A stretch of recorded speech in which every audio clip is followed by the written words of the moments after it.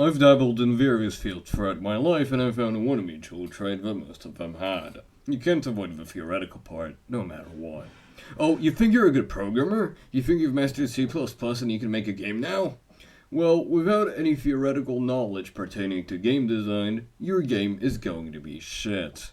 Likewise, many people think that music theory is too complex and they don't bother learning it before making their tracks. This results in the tracks sounding, well, shit, and they're disappointed.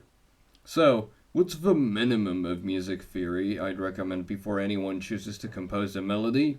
Well, I'm about to explain it all here.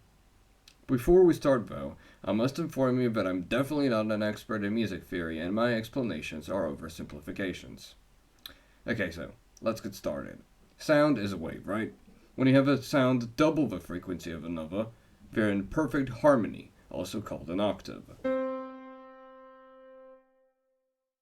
You can have multiple octaves, which are sounds in equal frequency apart from each other. Whatever used to fill the sounds in between the octaves is called a scale. It is usually a heptatonic scale, which places 6 sounds in between the octaves. The most common heptatonic scale, and scale in general, is called C major.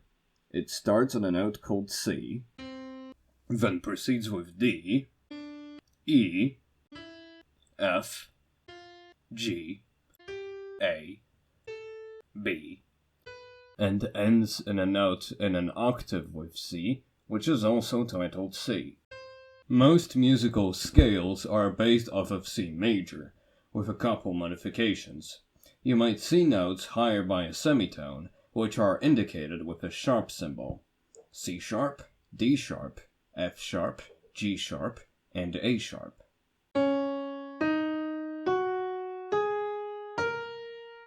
There are 2 main types of musical scales, major and minor ones. Major scales sound happy and alive,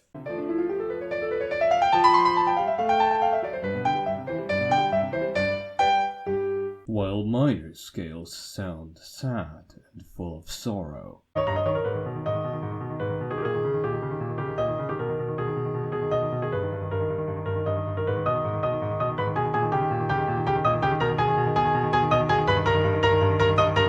Each note I previously mentioned has its own major and minor scale. As a random example, G sharp minor sounds like this, consisting of G sharp, A sharp, B, C sharp, D sharp, E, F sharp, and a high G sharp. There are different nuances one can give to those scales. For example, a harmonic scale is constructed by moving the 7th note of a scale by a semitone forward. For example, here is A minor. And here is harmonic A minor.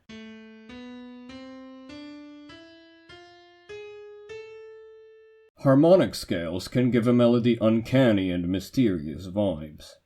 You can also kick out the 4th and 7th note of a given scale in order to make a pentatonic scale. It's almost impossible to make a melody sound bad in a pentatonic scale, but it can be limiting, so watch out. To write a melody, however, you firstly need a chord progression to go along with it. The chord progression conveys a lot of emotions, but what even is a chord? A chord is a collection of sounds which are in harmony, meaning that they go along with each other well. Each scale has its own diatonic chords, which are chords derived from that scale. A common type of a chord is a triad, which is made by choosing a given note in a scale, let's say the first note of C minor, which is C, going up 2 notes, which in our example is the 3rd note of C minor, D sharp, and then going up 2 notes again, which in our case is the 5th note of C minor, G. Triads made out of the first note of a scale have the same name as the scale, so this chord can also be titled C minor. However, when creating chord progressions, we have to name the chords diatonically, i.e. in terms of the scale. To do this, think about which note of the scale was used to make this chord.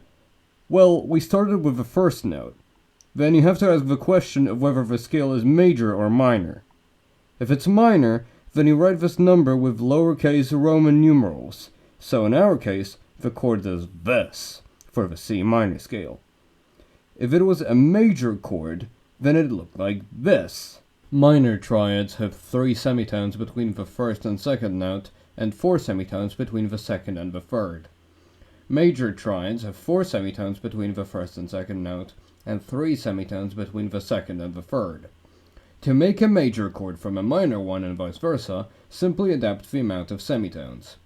If you take a chord and make the 4 semitone interval only 3 semitones, you get a diminished chord, signified with a little circle. This can be done with both major and minor chords. Chords vary in their stability. Some are not stable at all and need a more stable chord right after them. Those are called predominant chords. Some chords are pretty stable, but when they are at the end of a musical phrase, the melody sounds incomplete. Those are called dominant chords. Some chords are very stable and can end a melody with a feeling of completion, and those are called tonic chords. You can easily search up which chords belong to which type. Now, let's look at an example chord progression. Major 6, Major 7, Minor 1, Major 7. The first 3 chords go in the standard progression of least to most stable. Major 6 is predominant, Major 7 is dominant, and Minor 1 is tonic. However, the chord progression ends with a Major 7, which, as I mentioned, is dominant. Like I said, ending a phrase with a dominant chord is interesting because it leaves you expecting another phrase. This makes for a very nice loop. An example is my very own track with this progression in F sharp minor.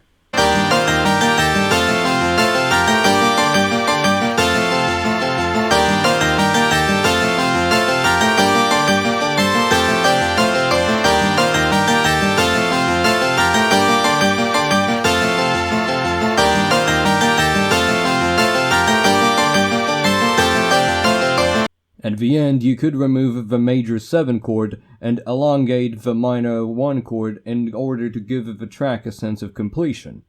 I highly encourage you to check out more chord progressions on the internet. Anyway, once you have chosen a chord progression, you can finally start writing the melody. Make sure that every time a chord appears, a note in your melody is one of the 3 notes used in the chord. To fill in the notes in between these, try to play around with the notes in the scale that you're using, and perhaps the notes from the harmonic version of your scale.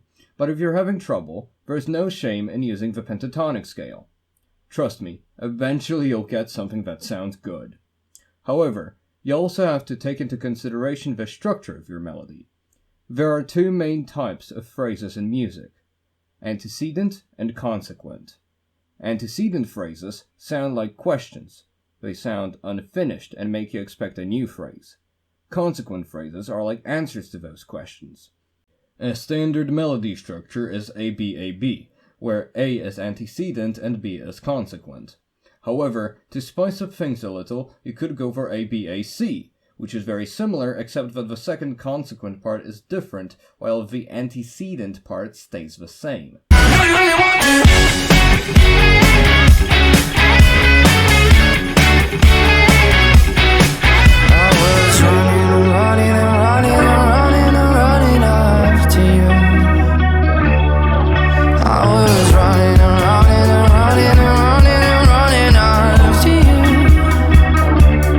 Generally, you want a single section to have one of these or other structures. Those sections can be anything. In standard lyrical songs, for example, they could be an intro, first verse, chorus, second verse, chorus, bridge, chorus, and then outro. Also, I just couldn't have ended this video without a mention of transposition, which is changing the key of the melody mid-track. It provides a sense of forward momentum and simply sounds heavenly.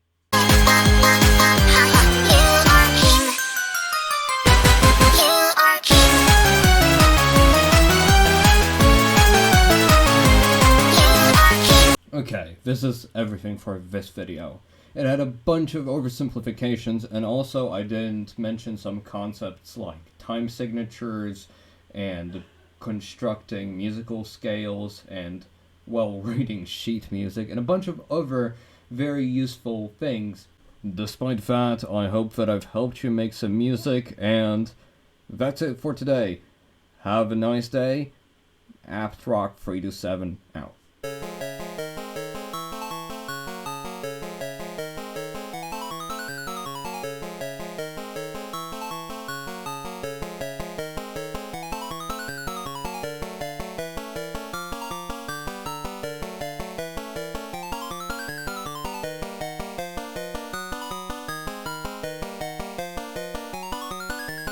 Without a mention of transposition, which is changing the key of melody. Key of melody? That's... What the fuck have I written in the script? That's not even grammatically correct.